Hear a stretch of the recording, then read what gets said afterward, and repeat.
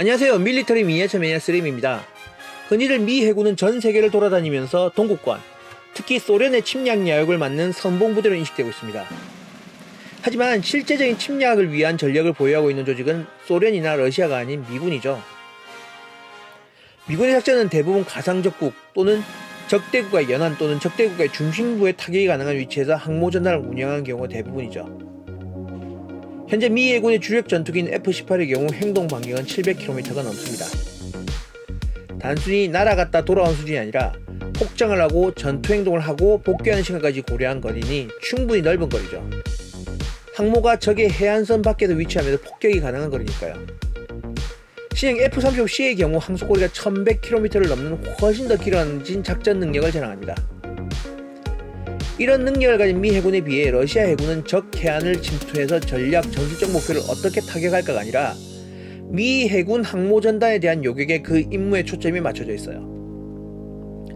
러시아군의 해상형 전력에서 가장 많은 투자를 하는 부분은 바로 적 지상 전술 목표를 타격하는 함대지 미사일이 아니라 대한 미사일, 즉 미 해군의 항모, 이지함을 타격하는 것이 주 목적이니까요. 하지만 러시아군도 공격을 위한 무기가 없진 않아요. 어쩌면 서방, 특히 미국에 대항하는 가장 공격적이면서 실질적이면서 유일하다시피 한 공격수단, 핵탄두를 탑재한 핵잠수함입니다. 핵잠수함이 실제로 취약하게 된 시점은 1960년대였던 만큼 현대까지의 많은 세대 전환이 발생했죠. 하지만 최초와 최신을 떠나서 가장 강력한 인상을 남긴 무기는 또 다른 형태로 남아있습니다. 제트 전투기의 F-4 팬텀2처럼 말이죠. 이번에 이야기할 러시아 탄도 잠수함은 세계 최대 탄도미사일 잠수함 타이푼급 잠수함입니다.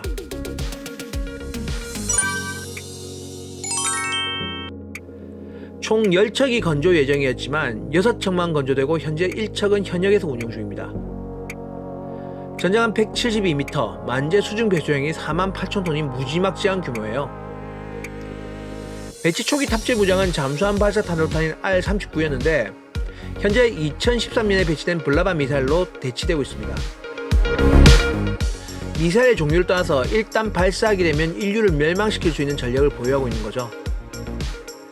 명명법에 대해서 논란이 있는데 그건 일단 타이푼급으로 이야기하기로 하고요. 뭐니 해도 타이푼급의 특징은 그 크게 있습니다. 전장이 172m, 수중 배수량 48,000톤. 이건 무지막지하다는 이야기밖에 나오지 않는 수준이에요. 러시아 내부에서도 그 큰 규모로 인해서 잠수 순양으로 분류될 정도니까요. 하지만 이렇게 말도 안 되는 규모는 러시아가 세계 최대 규모에 대한 부심이 아니라 탑재 미사일의 소형화에 대한 실패로 인한 겁니다. 원래부터 전자기술, 마이크로 프로세서, 추진기술 등 미사일 기술에서 미국이 냉전 초기부터 압도적으로 앞서 나가자 동등한 성능의 미사일을 일단 크게 만들어 탑재하기 위해 덩치가 커진 거죠. 아마도 소련이 처음부터 서방의 중심부를 타격하기 위해 공격적인 목표를 설계한 유일한 무기가 아닐까 합니다. 대부분의 소련의 무기는 요격, 차단이 목표였던 데 반해 소련의 핵전력은 서방의 주요 도시를 타격하는 것이 주 목적이었고 그렇게 설계됐으니까요. 그리고 또 하나의 특징, 대부분의 잠수함은 정면에서 보았을 때 선체의 형상이 원을 이룹니다. 그럴 것이 수중에서 압력을 버틸 수 있는 가장 효율적인 형태가 원이기 때문이죠. 하지만 타이푼급의 경우 정면에서 보게 되면 넓적한 형태의 모습을 보여요. 특히 상면은 둥근 형태에서 미사일 발사 구조물을 도드라지는 일반적인 잠수함이 아니라 평평한 구조를 보여요. 이런 형태는 평평한 형태의 선체에 압력이 집중되어 자망 심도에 효율적이지 못하지만 타이푼급은 미군의 일반적인 잠수함보다 깊은 500m의 자망이 가능합니다. 외양은 평평하지만 실제로 내압각은 압력을 버티기 위해서 두 개의 원통을 붙여 만든 형태라 실적인 압력은 내압각으로 버티기 때문이죠. 무지막지하게 큰 선체의 추진을 위한 이축 추진 체계를 탑재한 특이한 잠수함입니다. 무지막지한 선체가 무지막지한 규모의 미사일을 탑재하고 임무 위치는 북극해 빙하 아래에 자망하고 있다가 상황 발생 시 부상하여 주요 목표를 타격하는 것이 그 목적이에요. 다른 잠수함보다 자망 심도가 깊고 거기다가 북극의 얼음 아래라면 더더욱 탐지하기도 힘들죠.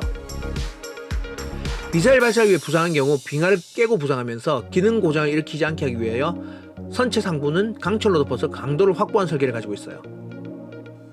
내부에는 장시간 작전을 위한 승무원을 위한 사우나, 수영장 내 편의시설이 있을 정도로 내부 공간이 넓은 편입니다. 아마도 미군이라면 이런 잠수함을 건조해서 공간을 확보하는 것보다 3분의 1 수준의 잠수함을 여러 척 건조하는 방법을 택했을 것 같아요. 공산주의 하에서 경제성을 따지지 않은 이런 돈질도 가능했던 거죠.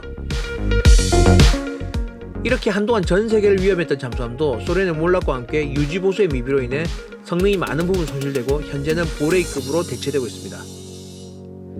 일단 물에 떠오르면 웬만한 순양함을 능가하는 규모의 핵잠수함이었지만 이제는 퇴역을 앞두고 있는 잠수함이에요. 하지만 그 규모와 특이한 형체는 여전히 러시아 잠수함의 트레이드마크죠.